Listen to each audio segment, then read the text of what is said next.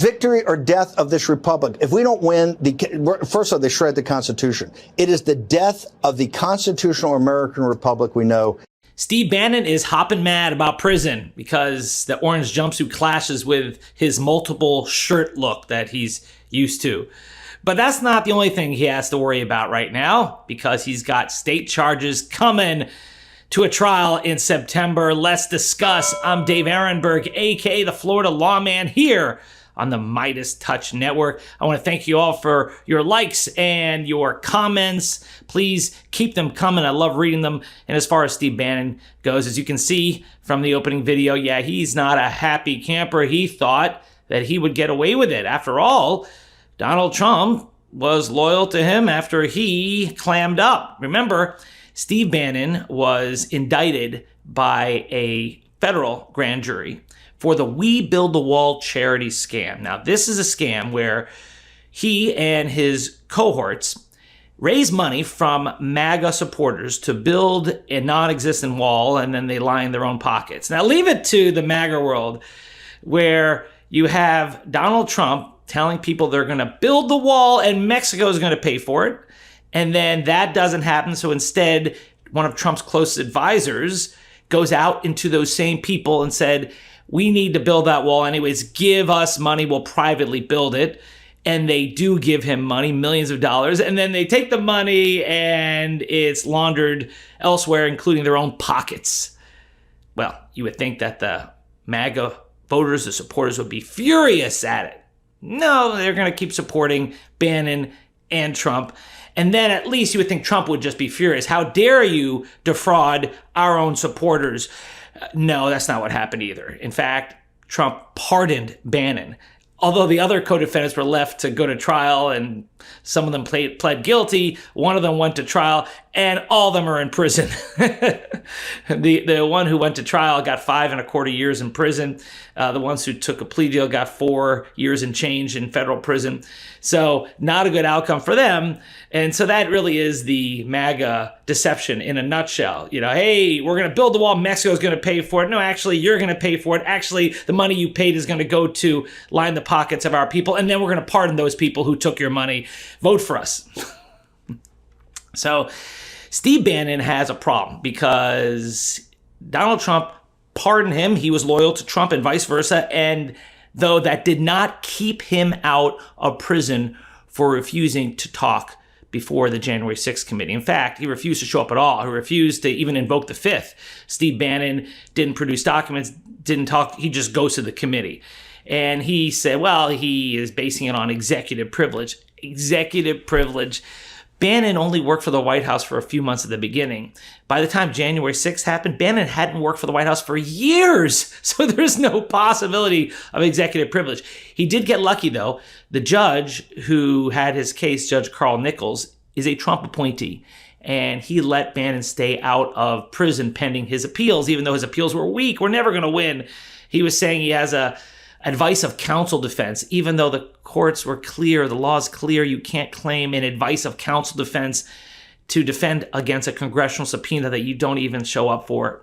So that was never going to work. And eventually the bell tolled for thee, and Bannon was finally sent to prison. And on July 1st, he had to enter prison. The Supreme Court wouldn't help him. And so for the next 4 months, Steve Bannon is going to be in prison, and that will take him through the crucial campaign period. So really he has only himself to blame at the fact that instead of serving a time months earlier where he could have been out by now and helped his boss try to win the election, now he's going to be stuck behind bars. He can't do his podcast from behind bars. He's not going to be effectively helping to persuade voters behind bars. He can try, but it's just not the same. So that's Steve Bannon, but that's not his worst concern. His biggest concern is that in September, he goes before a state judge. Yes, originally it was supposed to be Judge Merchan. Yeah, but Judge Merchan, because of the scheduling issue, was had to be taken off the case, and there's a different judge who's going to be hearing the case in New York.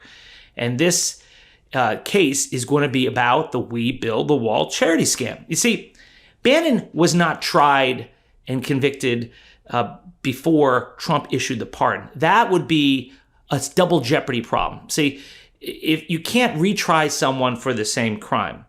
And the state prosecutors are saying, well, we can try him for the We Build the Wall charity scam because he never went to trial on the federal charges.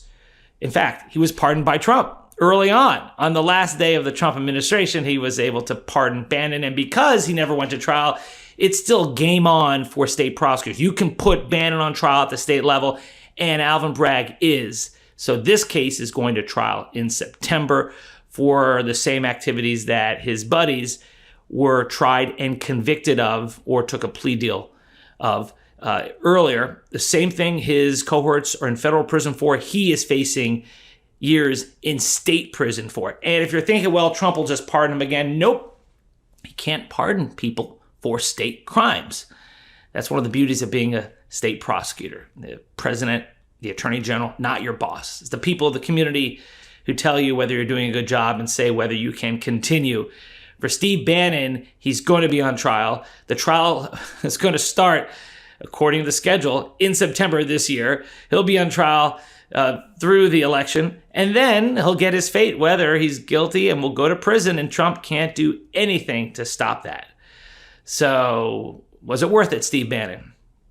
I don't know. Maybe we'll find out on his next podcast, but that won't happen for several months.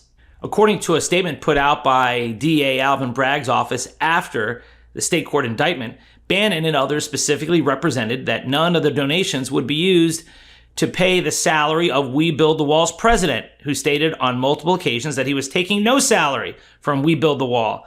In reality, We Build the Wall paid his president more than $250,000 in 2019, despite the organization's promises to the contrary. We Build the Wall also attempted to obscure those payments by laundering them through third-party entities, including another nonprofit corporation controlled by Bannon.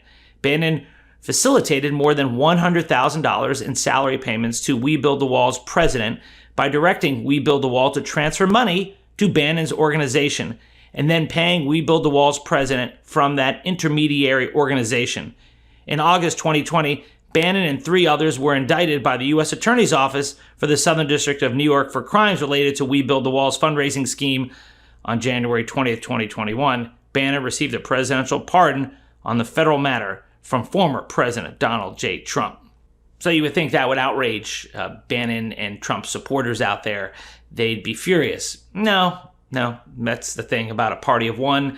You're loyal to one person, and it doesn't matter whether that person shoots someone on Fifth Avenue or has a top person who's engaged in a massive fraud and then pardons them. Hey, it's shirts and skins right now. It is a tribal politics, and it doesn't really matter what you do. It's just about owning the libs and beating the other guys. So that's where we are in politics in the year 2024. But the year 2024 is also the year of accountability. Just ask Steve Bannon, and while you're at it, ask Peter Navarro. He did the same thing by ghosting the January 6th committee, and not only did he have the same sentence as Bannon, but he had to go right to prison because his judge didn't put up with all these appeals. His judge was not a Trump-appointed judge and sent him to incarceration pretty quickly. So that is the latest. I am Dave Aronberg, State Attorney for Palm Beach County, aka the Florida Lawman here on the MeidasTouch Network. If you like this video, please like, share with a friend, and leave a comment below. Also, if you're interested in true crime cases, come follow us at True Crime MTN. That's our sister channel here on YouTube, where we go into all the crazy true crime cases out there, including the upcoming Alec Baldwin involuntary manslaughter case. So hope to see you there, and I'll see you here next time. Love this video? Make sure you stay up to date on the latest breaking news and all things Meidas by signing up to the MeidasTouch newsletter at MeidasTouch.com/newsletter.